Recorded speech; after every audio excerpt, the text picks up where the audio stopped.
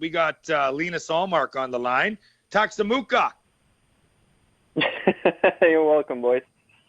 Did I say that properly? Yeah, well, it works. It works.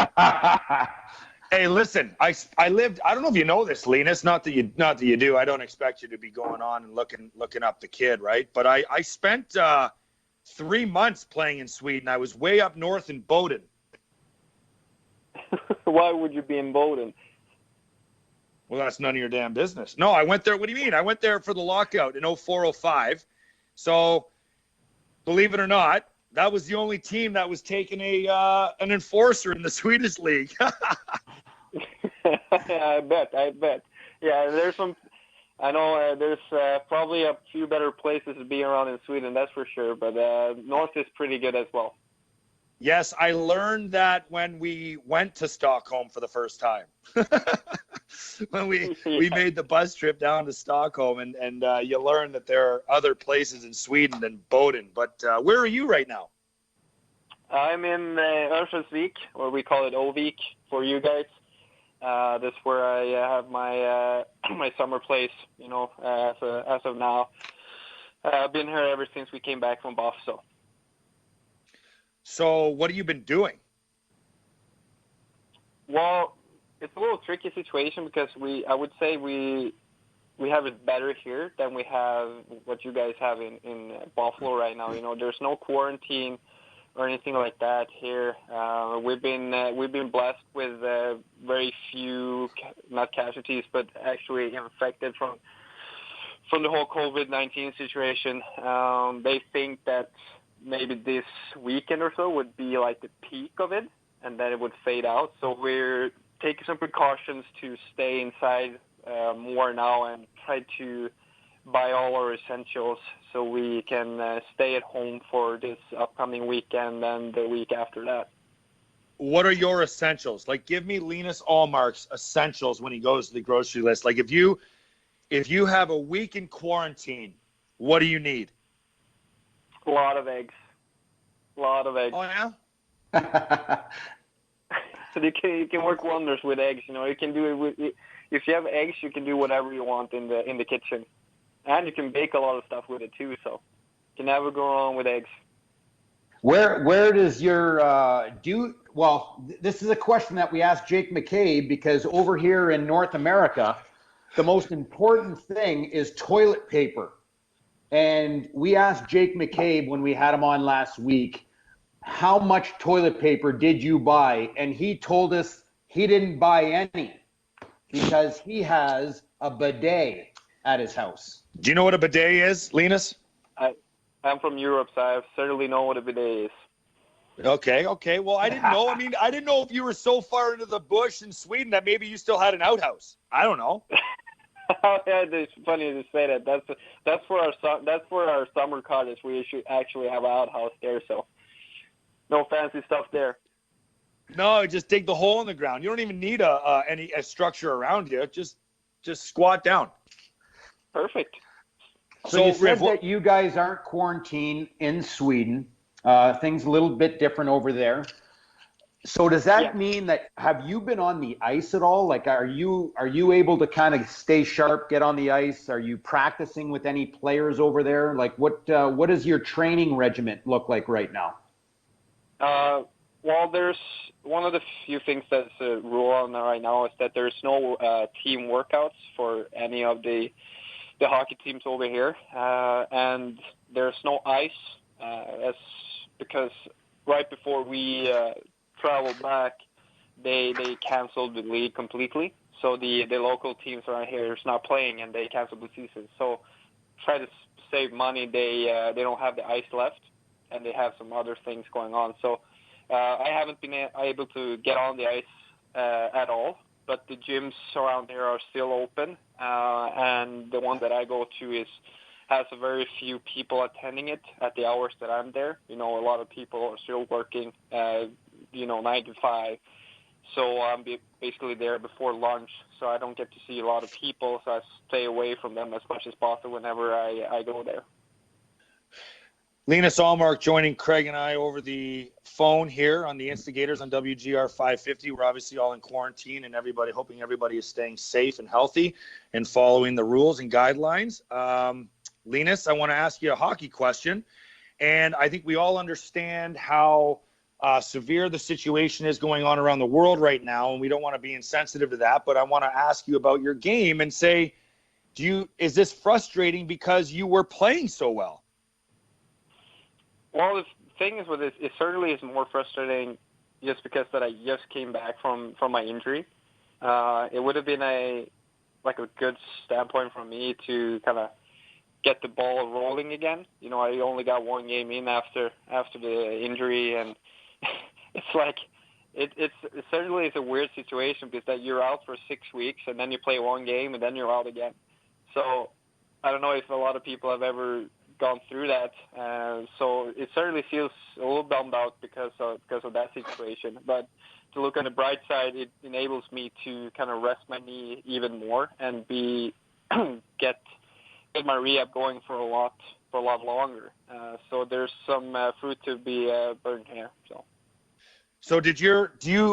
how do you feel about your game this year? Do you feel like you took a big step in the direction you wanted to take when you started the season? Certainly felt more comfortable as the season went on. Had a good conversation and some minor discussions with Belsi coming into this season and also in the beginning of it and you know with Ralph coming in and you know it's everything around it has been a lot more positive than it's been these last couple of years. That's how I feel, and certainly it hasn't gone to a point where we were not completely out of the playoff picture, but there were still a lot more positive things going on during the season, and you don't get that real bitter taste now when you're home because you can see that there's something is actually starting to get better and more positive around it. You know, obviously you always want to make the playoffs, and especially now when there's been a drought like this, but you just always got to look at the bright side of it all. I'm going to ask you a question. Craig and I, we talk about this often. Obviously, Riv was a defenseman in this league, played over 900 games. He's a guy you would have loved to have had playing in front of you, Linus, but that's the only compliment I'll give him. Now, the question I have for you is, we talk about defensive defensemen in the NHL, and we asked Carter Hutton this question the other day. When you're in net, from your eyes, who on your team, and I'm not asking you to center any one guy out or criticize anyone, but maybe more pay a guy a compliment. Who's the one defenseman on your team that you feel is the best defensive defenseman in the zone? It's kind of hard, you know. But I would say, I think Haber has especially been growing on me these last couple of years. He is a tremendous shot blocker, tremendous of staying on the inside and not letting the forwards get any tips on the puck or anything like that. So it's always a welcome gesture whenever you have a D-man that is willing to block almost everything, which makes it a lot easier for me in the end. Well, that's a good answer because I think did Carter Hutton not say the same player? We're not allowed to share the answers of other guests on the show, Riff. Yeah. Yeah, anyway, he did say that. Listen, I wanted to get away from the hockey a little bit. What are you doing with your pastime? Like, what do you have any hobbies that you like to do? I would say I like to play golf, but we still have snow over here, so it's kind of hard to get out. But other than that, you know, the whole situation has enabled me to really be home and bond and connect with my son and play around with him and kind of do things that you know when you're active in this league, you know, you're missing a lot of opportunities to be around your kids because you're away for all these sort of road trips. So it's been a blessing in disguise from that point of view. Other than that, I really do enjoy the outdoor life. So I I try to stay active by being out on walks with my two dogs and everything, and kind of go on a little bit of a small trip out in the woods and just kind of enjoy the moment. Well, your son's got to be what? He's got to be a year now? He's 2 years. Oh, he's 2 years. Now, is he getting into, like, you got him on skates or anything? What sports is he showing interest in at 2? Well, he definitely shows interest in soccer and hockey. He's very determined to not be a goalie as of now, because every time I put him there, he just runs around and he doesn't want to stand still. So he always puts me in front of the net for some reason. I don't know why. But we always said that we would rather have him being a forward or a D-man than a goalie. Well, let me ask you this, because my son actually turned 7 today, so I have a little boy as well. I know Craig has kids. Do you feel there's pressure on you? Like, I feel like there was on me, and maybe every athlete feels that way, that your son has to play hockey? Well, we kind of see it like this, that when he gets up to a certain age and he can start being around all these different team sports or whatever, like, we're going to let him do whatever he wants to. And we're not going to force him into just one sport. Like, if he wants to play soccer, he'll play soccer. If he wants to play football or swim or whatever, we'll let him do that. The thing for us is that once he starts something, we want him to do that for the full season. Let's say he wants to play hockey. We're not just going to have him on there for 1 or 2 practices. We're going to keep him there for at least the season. And then if he doesn't want to do it the next season, that's fine with us. At least we've actually taken a shot and given his all to actually enjoy it. You know, everything is not just a one-hit wonder, so it may take a little while for him to get accustomed to everything around him. So, well, how'd you get into goaltending? I was stupid enough to volunteer when I was young, but I was. At least you're honest enough to admit that. Yeah, I was playing goal and forward all the way up till I was 15. So I was playing goal with the older guys, and I was a player with my age and younger, because growing up, we being from a very small town, we always had to pick and choose whoever got to play, because we were short on people. So it would always be a good part that we had one goalie, and then I could play forward, and then if, God forbid, we had an injury on our goalie, I could just strap on my stuff and go out there and play it. So it was fun growing up, because that enabled me to play a whole lot of hockey. I wasn't just playing with one team, I was playing with 3. Could you imagine that over here in North America? I mean, tonight, tonight, starting on left wing, he normally plays goalie, but he's not playing tonight, so we're going to throw him on the wing. Linus Ullmark. Yeah, I cannot see that. It's a shame though, but that's the beauty of it when you're from such a small town as me, is that you don't have 20 people playing. You have, like, we were probably, when we were the most, we were 3 lines. That was like, then everybody was there. But usually we were somewhere between 11 and 13 people playing plus a goalie. So were you good at forward? Were you good? I was very slow, but I had a nose for the net. That's all I can say. Okay, so now that you've made it to the NHL, do you ever wish that you could be a forward in the NHL, or are you're content, obviously content with being a goalie, but do you ever wonder what it would like to be a forward?